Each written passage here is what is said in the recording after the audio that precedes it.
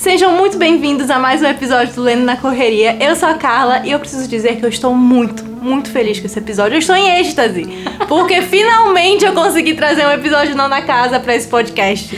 Realmente, gente, eu sou a Thaís e foram muitos anos aí. A Carla já me corrigiu, foram 4 anos, eu achava que eram 2 anos só, mas foram 4 anos de insistência. Só que lembra. E assim, não me arrependo. Foi um caminho sem volta? Foi, porque assim que eu comecei a ler eu não conseguia parar. E aí eu, às vezes, não, só mais um capítulo quando eu ia ver 3 horas da manhã e eu ia trabalhar no dia seguinte. Sem mais enrolações, só sinopse. Pra quem não leu, pra quem nunca ouviu falar, entender sobre o que é o livro vai acompanhar a Alex, que é uma jovem de 20 anos, que ela tem um talento, um dom um pouco peculiar. Ela consegue ver espíritos.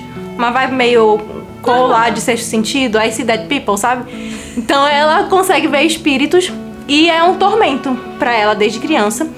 E aí quando ela tá na adolescência, ela por conta de todo esse tormento, ela se envolve com droga, ela foge de casa, ela não fala mais com a mãe, ela vai morar com pessoas de índole um pouco duvidosa. E aí a gente começa a acompanhar ela, já no presente, com 20 anos, em que a gente encontra a situação dela, que ela é a única sobrevivente de um massacre que matou todas as pessoas que moravam com ela e ninguém nunca encontrou um culpado. Então quando ela acha que a vida dela já foi pro inferno mesmo, ela recebe... É o segundo livro. Ela recebe uma oferta do reitor de Yale, que ela recebeu uma bolsa integral para estudar lá, com uma condição: que ela ajude a monitorar as fraternidades secretas da faculdade, da universidade, né, que lidam com magia. Então ela se envolve nesse universo e aí a gente vai acompanhar tudo que ela descobre, qual é o objetivo dela ali e toda a sujeira que ela acaba se metendo ao longo do livro. É basicamente isso. A magia nesse livro, ela é como qualquer outro bem de valor, assim, é qualquer outro bem material que é suscetível à corrupção. Então, assim, é como dinheiro, é como poder, qualquer coisa, assim, que seja um bem, né, material, que tenha valor e que poucos têm privilégios de ter. E só aquelas pessoas que têm influência, que têm uma família abastada, que têm dinheiro, que têm poder, que têm algum tipo de conexão, que têm acesso. E é uma maneira que, em geral, tá envolvida com corrupção e tem seus métodos suspeitos. Eu achei incrível, assim, pra mim, acho que é o ponto muito importante desse livro. Tipo assim, a principal é como a magia é retratada e é sempre, assim, como se ela fosse uma moeda e que só algumas pessoas têm acesso a ela. Então, antes da gente entrar na parte com spoiler, caso você tenha ficado um pouco curioso pra saber sobre o livro e tudo mais, mas não quer que a gente fale o que vai acontecer, a gente vai dar umas opiniões bem rapidinhas do que a gente achou, sem falar nada demais. Basicamente, o que a Tata falou já é muito da minha opinião. Eu acho muito bom, eu acho incrível como esse livro ele representa como seria o mundo se a magia realmente existisse, se o oculto realmente existisse, sabe? E seria exatamente assim, seria assustador, não seria uma coisa divertida, não seria um negócio tipo Harry Potter ou, sei lá, qualquer outra fantasia urbana que é feliz, entendeu? Esse livro, ele é um livro de terror. Ninguém me tira da cabeça que a Leigh Bardugo não queria escrever um livro de terror. Foi meu primeiro contato com a Leigh Bardugo, inclusive, graças a Deus. Porque os outros livros dela são sombriossos, respeito todo mundo do universo Grisha, mas assim, sombriossos tá longe de ser o meu livro favorito dela. Six of Crows, muito bom, um dos meus livros favoritos também. Mas definitivamente pra mim, Não na Casa é o ápice da escrita da Leigh Bardugo, na minha opinião. Eu gostei muito. Diferente de muitas pessoas que não gostaram do ritmo, eu já achei o ritmo muito bom. Eu não acho o ritmo lento.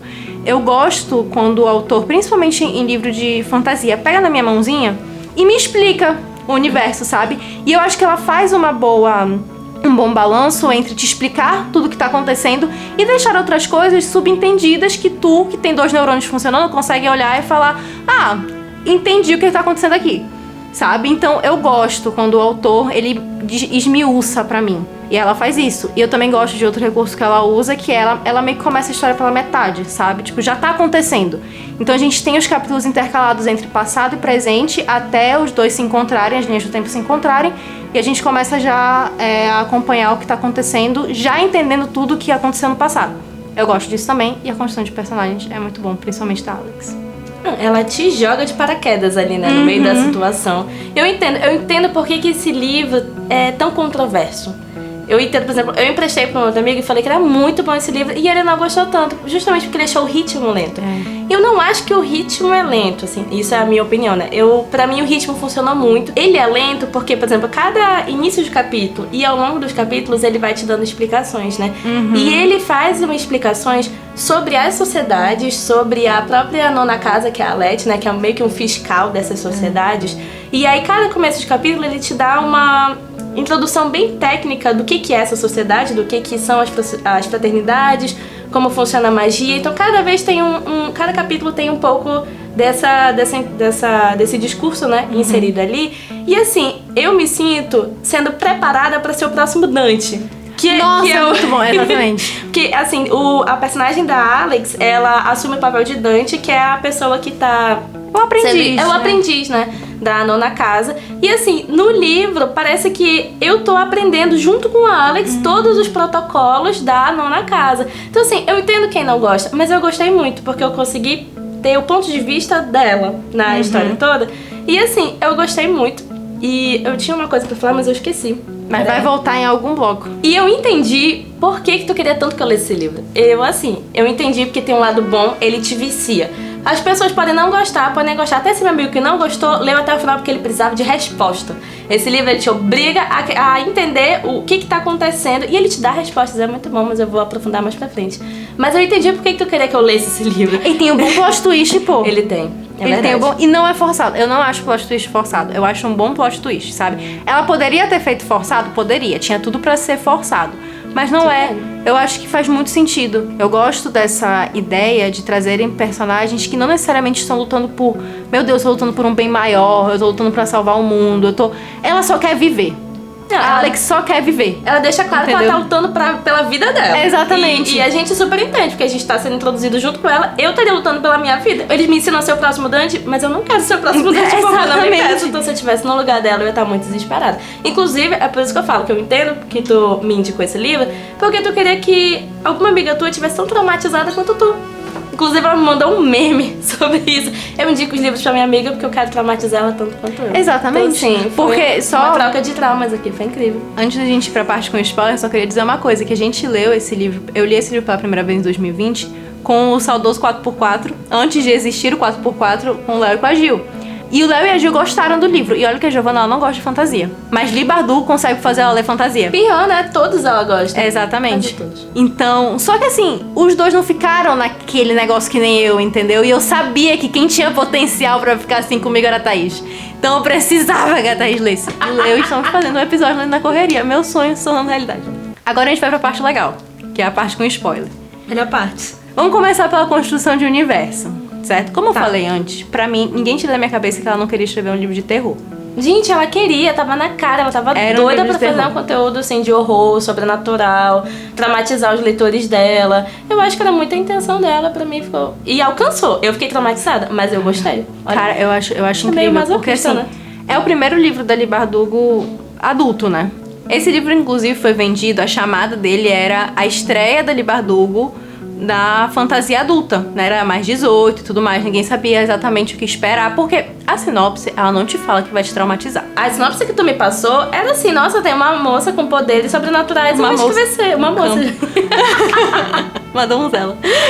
E aí quando eu fui ler, nossa, não foi nada do que eu imaginei. É assustador o fato de a Li Bardugo ela trazer essa construção de que existe toda a questão da magia, né? Que são os rituais. E tudo envolve ou sacrifício humano, que não necessariamente quer dizer que a pessoa tem que morrer, mas que a pessoa se submete a umas situações de tortura praticamente para conseguir fama, ou para conseguir mais dinheiro, ou para conseguir um cargo alto na política, enfim. E tudo isso é muito bem descrito, sabe? Eu acredito que tenha tido um estudo muito grande por trás da descrição de rituais e tudo mais. E também, mas pra mim, na verdade, o mais impactante é a questão da Alex e do poder dela de conseguir ver espíritos. Porque deve ser muito assustador tu conseguir ver gente morta. Desde criança, né? Desde criança. E ela não saber que eram pessoas mortas. Só que diferente de outras representações que a gente vê, que não são necessariamente representações de terror, que a gente vê de pessoas vendo espíritos, é que a Alex simplesmente via esses espíritos, eles estavam em diferentes formas. Ela via gente, homem nu, entendeu? Que ela não sabia o que era, homem se tocando. Ela via, tipo assim, os espíritos mutiladas. Espíritos, como eles morreram, no caso. Exato. E os espíritos tentavam falar com ela até que ela descobre que os espíritos conseguem tocar nela. E ela é abusada por um espírito. E eu falei pra Thaisa, eu falei, cara, pra mim isso é muito assustador, porque assim, tu como mulher, tu já tem medo de ser abusada. Não, e ela sabe? até fala, né, que ela preferia... a situação aconteceu num banheiro e ela viu o espírito, ela falou, não, melhor ter um homem morto do que um homem vivo no banheiro feminino. Exato! E aí, só que ele consegue tocar nela. E aí, eu que eu falei pra Thaisa, eu falei, cara, tu já tem medo normalmente de um homem estranho. Só que tu consegue se trancar em algum lugar e tu sabe que ele não vai conseguir chegar em ti, pelo menos não sem tu perceber. Só que são espíritos. Eles atravessam paredes. E ninguém consegue ver. Cara, isso é muito... Eu acho que é por isso que é assustador. Exato. O muito assustador desse livro é que é uma pessoa, como qualquer outra... Assim, uma pessoa normal, ela consegue ver os espíritos, mas ela não tem, assim, grandes poderes, a princípio, né? De controlar, de nada. Ela só vê os espíritos. E ela não sabe se defender. Então, eu me coloquei muito no lugar dela de... O que eu ia fazer, gente? Não tem pra onde fugir, não tem como escapar, não tem... E, assim, essa cena é logo no começo do livro. Acho que é antes de 20% do livro. E já é um teste, assim, você realmente está preparado pra essa leitura? E assim, continuei lendo por escolha, porque eu queria muito saber. Mas eu acho interessante ela já colocar uma cena, tipo, acho que é a mais pesada de toda a história, logo no começo, que é pra realmente, assim, gente, é sobre isso, a história. Então, se você não tá acostumado, se você não quer continuar, então é melhor parar por aqui. E aí o resto é muito mais interessante, porque vai aprofundando, você vai entendendo também os limites dos poderes dela. Inclusive, é muito bom que ela fica com raiva, porque... não é difícil se defender dos fantasmas, né? Tipo assim, tem as técnicas, a sociedade, né, a Letty, sabia que ela tinha esses poderes e mesmo assim viram ela sofrendo e não foram ajudar ela. É uma cena muito boa, que ela, tipo assim, quebra tudo da propriedade. É muito boa essa cena. Eu gosto dessa cena e eu acho que essa é uma cena que constrói bem também a relação dela com Darlington, já não querendo queimar uma pauta que a gente vai pra parte também de construção de personagem. Nessa cena em que ela simplesmente surta porque o Darlington fala pra ela, a forma de tu afastar os mortos é tu falando palavras de morte pra eles. E ela fica com um ódio que eu entendo, porque tipo assim, cara, era só eu falar isso a minha vida inteira. E ela surta de uma forma que cara, eu sinto quando eu leio assim, ela surtando com ele, eu sinto porque eu surto junto com ela. E é por isso que tem controvérsias, porque é muito macabro. Exato. É tudo muito... pega como se pegasse o pior do ser humano e o seu lado mais ganancioso e fútil usando magia. É uma coisa assim, pra mim, que é bem isso. Todos os rituais que as sociedades fazem, pra mim, é futilidade. Qual é o limite da tua ganância? Tipo assim, tem sociedades que dissecam uma pessoa viva pra poder prever o futuro da economia, da bolsa de valores. Então assim, até que ponto vai o teu lado ser humano contra a tua ganância, sabe? Eu acho que esse livro... E eu acho que um dos motivos que traz muita controvérsia, né? É esse tom bem macabro, mas ao mesmo tempo muito real desse livro. Exato. E o próprio ritmo também. Eu achei impressionante como essa mulher coloca respostas estratégicas ao longo do livro. É tipo assim, não é como se ela pegasse... Eu vou dar um exemplo aqui, que eu não vou falar o nome do livro, que eu vou dar um exemplo, mas acho que a Carla vai entender. Não é como se ela pegasse a protagonista e uma outra pessoa, e essa outra pessoa conta toda a verdade pra protagonista de uma vez só. Sim. Ela vai colocando as respostas ao longo do livro em situações que fazem sentido, que, tipo assim, tem um gancho pra puxar. E o mais interessante é que, tipo assim, pelo menos eu me coloquei como leitora, que eu descobria 2 segundos antes da personagem descobrir, ou descobria junto com a personagem. Sim. Era uma coisa assim, Amiga. eu acho que o mais li era tipo assim, meu Deus.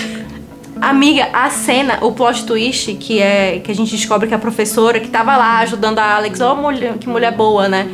Ela, na verdade, era responsável por toda a merda que estava acontecendo na cidade universitária. E a gente só percebe no finalzinho, tipo assim, 2 linhas antes dela mesma revelar, que a gente fica, meu Deus, era ela. Eu não esperava Que desgraçada. Mesmo. E no final, meu Deus, ainda bem que ela não aceitou a ajuda. Ela era vilã. E é muito bom, porque o que ela faz, né? Ela pega, e o grande vilão, supostamente, é o reitor, que ele também é o vilão. E ela coloca toda a atenção em cima dele. E, pelo menos eu, né? Quando a Alex descobre que o reitor, que supostamente estava do lado dela o tempo todo, que era o líder vilão. Da Letty, exato. Era o vilão. Eu tinha uma na minha cabeça, tipo assim, não pode ser ele. entendeu? Quando ela for confrontar, ela vai descobrir que não é ele. E quando é ele, tu abaixa todas as tuas defesas, tu fica, meu Deus, era ele. Então tu não consegue pensar em mais ninguém. E aí, nesse momento, entra a professora e tu fica, meu Deus, Eric. Meu Deus. Tipo assim, tem muito texto técnico, né? De protocolo da casa e não sei o quê. Mas pra mim o ritmo... Eu gosto e as coisas acontecem muito rápido. E aí, quando ela contextualiza um ritual ou uma sociedade, é pra tu entender mais ou o caráter dos protagonistas ou mais da história deles. Não é tipo assim, eu quero mostrar a sociedade pra vocês, gente. Aprendam. É tipo assim, eu tô mostrando a sociedade porque ela vai mexer com um ponto do Darlington que mexe com os valores dele. E tu precisa entender porque é importante pra construção do caráter dele e da evolução do personagem. Pra mim faz muito sentido. Principalmente aquela cena que eles vão pra uma festa e que drogam o Darlington. Que inclusive, gente, essa mulher... gente, perdoa. Essa mulher, ela pensou do início ao fim desse livro. Porque essa cena, ela volta no segundo livro e ela faz todo sentido. Meu Deus, eu amo muito esse livro. Foi pensado, não foi um negócio... escrevi esse deu certo, vou escrever o outro. Eu conheço autores, hein, que fazem isso. Mas aí depois a gente tem outro episódio pra falar sobre isso. Que é Embate Eu e Thaisa, que é um episódio feliz.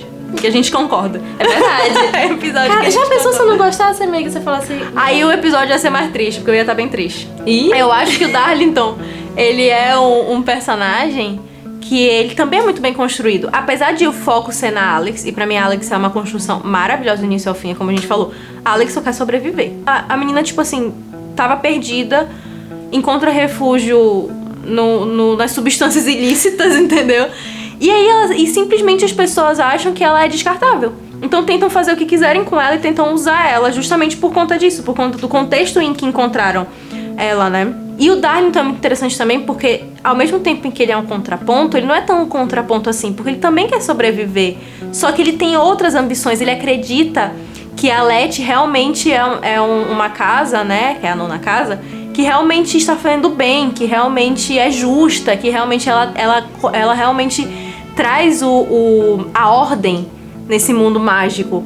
E ele é apaixonado pelo mágico, pelo oculto. Eu acho muito legal esse conflito que ele tem, dessa inveja que ele tem da Alex, porque ela consegue ver espíritos e ele não, e ela não quer ver, e ele quer, então ele fica, mas ela não quer e eu quero, por que ela pode e eu não posso, sabe? Foi uma das coisas que eu fiquei muito incomodada, porque no primeiro livro a gente tem o ponto de vista tanto do Darlington quanto da Alex. Sim. E eu particularmente acho o Darlington um personagem muito complexo.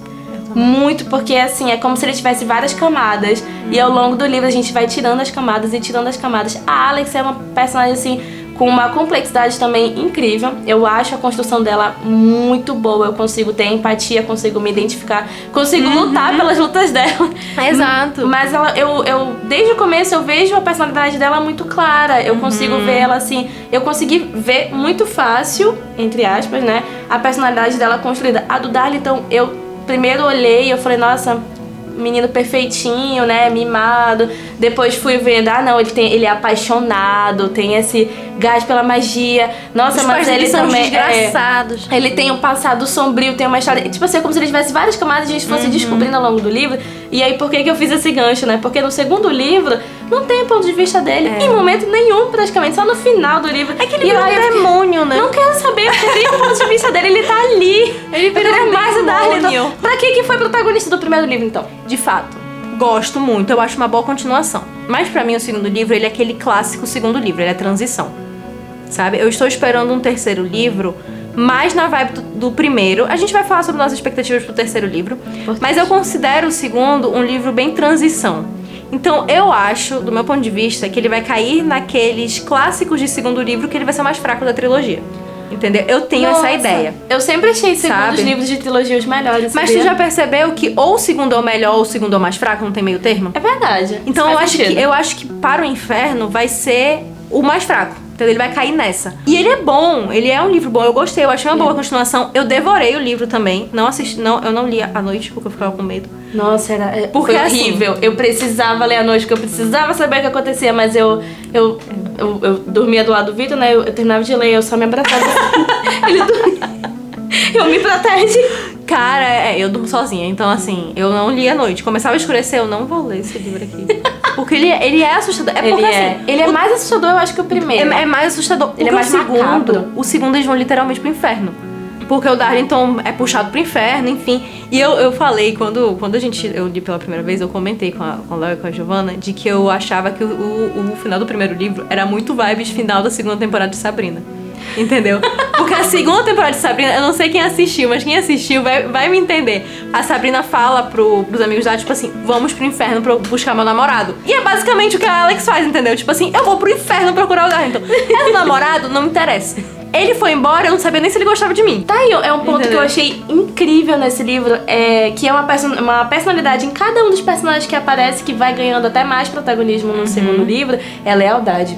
Cara, vai além de amor, de paixão, de amizade, é uma lealdade que assim, dá pra ver que vai a Alex e mais outras pessoas até o inferno pra buscar o Darlington por lealdade e por integridade. É tipo assim, Exato. ele não é meu amigo, mas ele sabia que era o certo a se fazer, e eu sei que é o certo a se fazer, eu vou atrás dele. Esse tipo de relação, esse tipo de vínculo de lealdade, de honra, de relação, eles estão numa mesma sociedade, estão numa missão, e estão ali por não vou dizer que é um bem maior, porque isso parece frase de vilão, né? Mas eles estão ali pra salvar uma vida. Eles estão ali pra salvar alguém.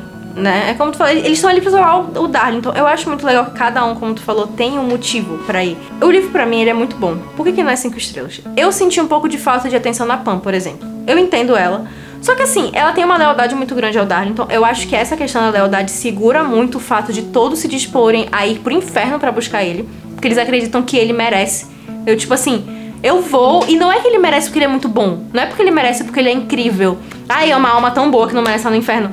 Eles vão porque eles falam bem assim, ele merece, que a gente simplesmente, a gente decidiu. Que a gente quebra as regras pra salvar ele. A gente decidiu que ele merece. Por quê? Não interessa. Porque a gente quer salvar ele. Entendeu? E aí, o que eu senti um pouco de falta na Pam, por exemplo, é entender um pouco mais a história dela. Qual é o apego dela no Darlington? Por que ela tem tanto apego por ele? Porque a gente vê que não é um apego romântico. Eu achei duvidoso. Em alguns momentos eu achei até a Alex afirma, tipo assim, é amor ali. Mas que tipo de amor? Exato, mas esse é o ponto, sabe? Porque tu não vê que é um negócio, tipo assim, ela não mostra uns ciúmes da Alex com Darlington. Entendeu? Um pouquinho. Então, mas tu vê que eu não consigo ver como se fosse uma competição. Eu acho, inclusive, os outros dois personagens, que é o policial e que é o menino Mauricinho, que realmente, todo mundo que não é Alex e Darlington, eu esqueci o nome, eu acho que eles receberam até uma atenção que pra mim foi mais satisfatória do que a Pam. É porque, por exemplo, eu sinto, tem uma cena, a gente vai falar de cenas marcantes, né? Mas tem uma cena que a gente descobre o porquê de cada um deles ser apto, entre aspas, a ir para o inferno. Porque tem que ser Todos 4 são assassinos. Todos são assassinos. E aí a gente, para eles chegarem no inferno, eles revivem a cena do assassinato que eles cometeram.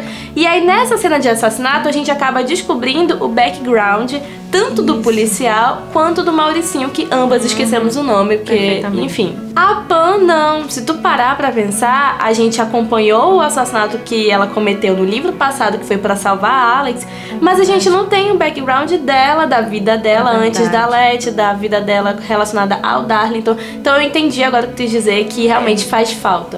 Tanto eu interpretei quanto são lançados no livro, e um deles é porque eu lembro da Alex falar e bater de frente, assim, que não foi justo o que aconteceu com ele. O que aconteceu com ele foi uma pessoa que se achou na autoridade de matar ele porque tinha o poder de fazer isso e porque temia que ele pudesse fazer alguma coisa contra ela, que foi o reitor, né?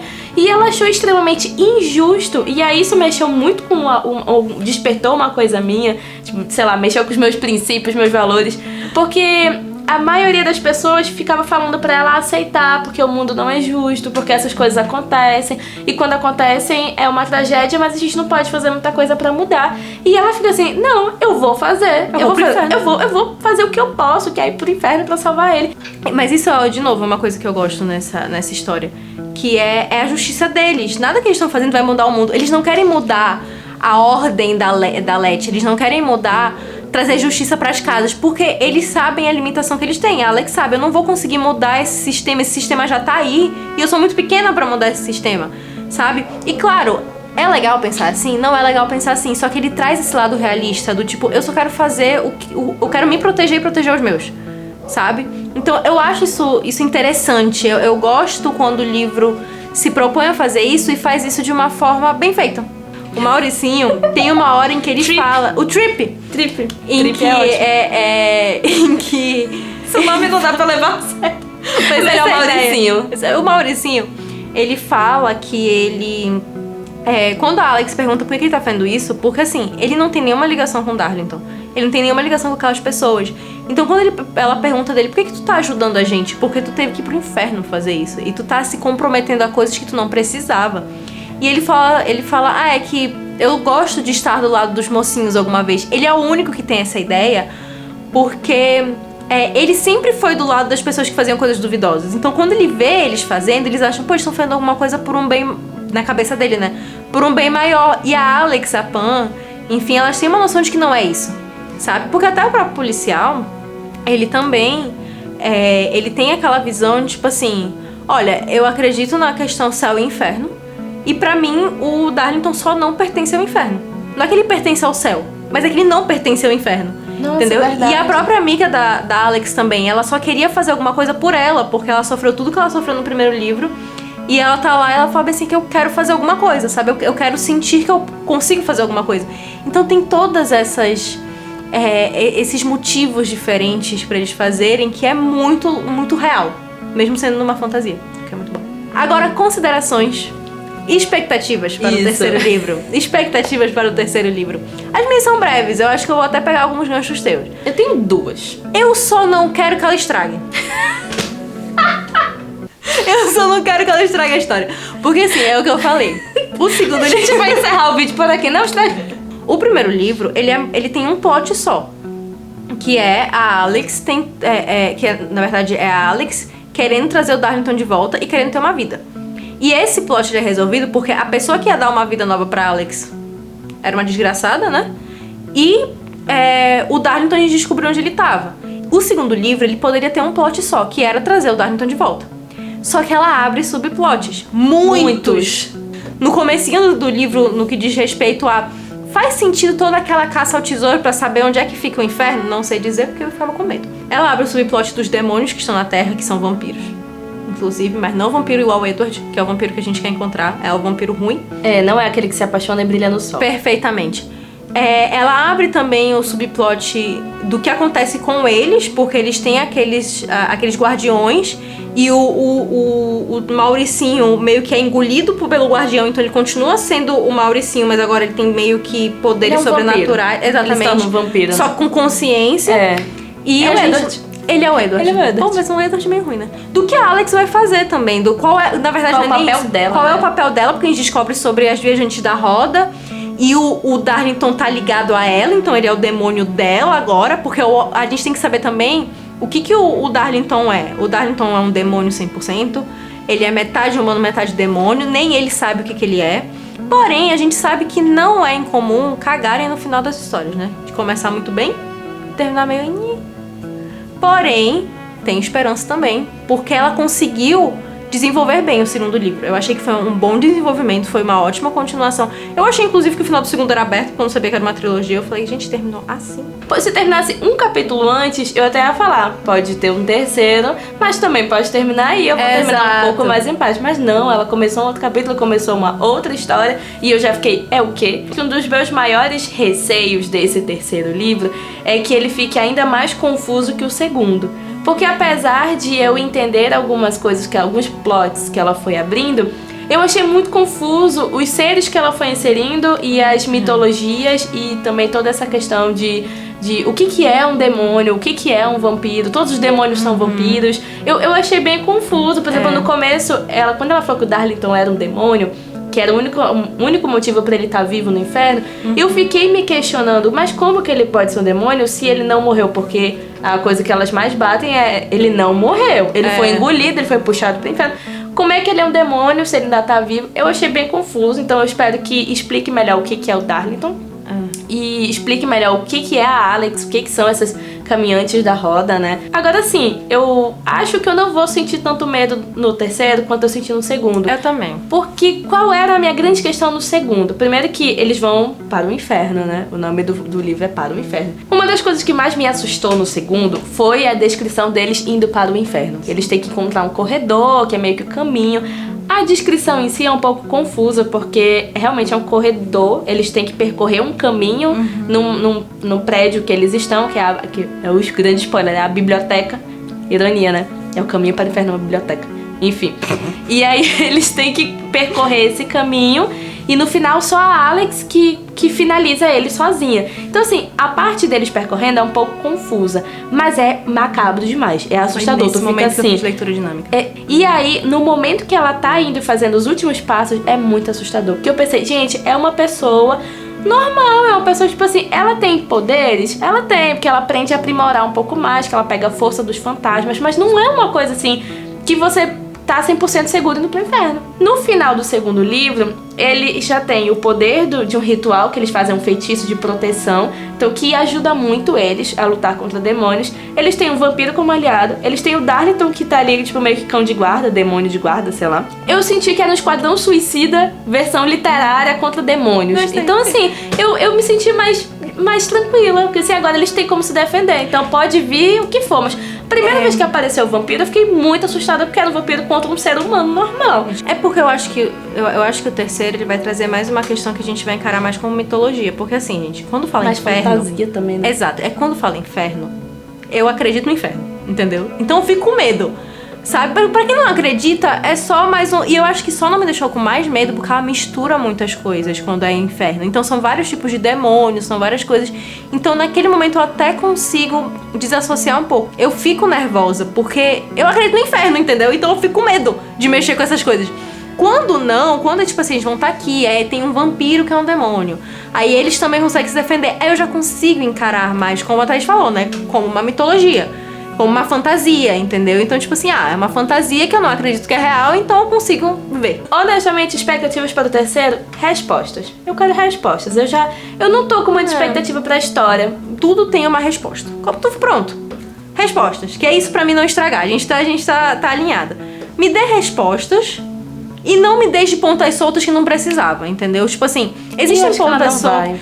Porque ela pode até ter aberto outros subplots. Só que não foi tantos assim pra ela não conseguir dar atenção pra um terceiro. Se ela focar só nisso, ela não ficar abrindo mais coisa. Porque se ela quiser abrir mais coisa pro terceiro, lascou.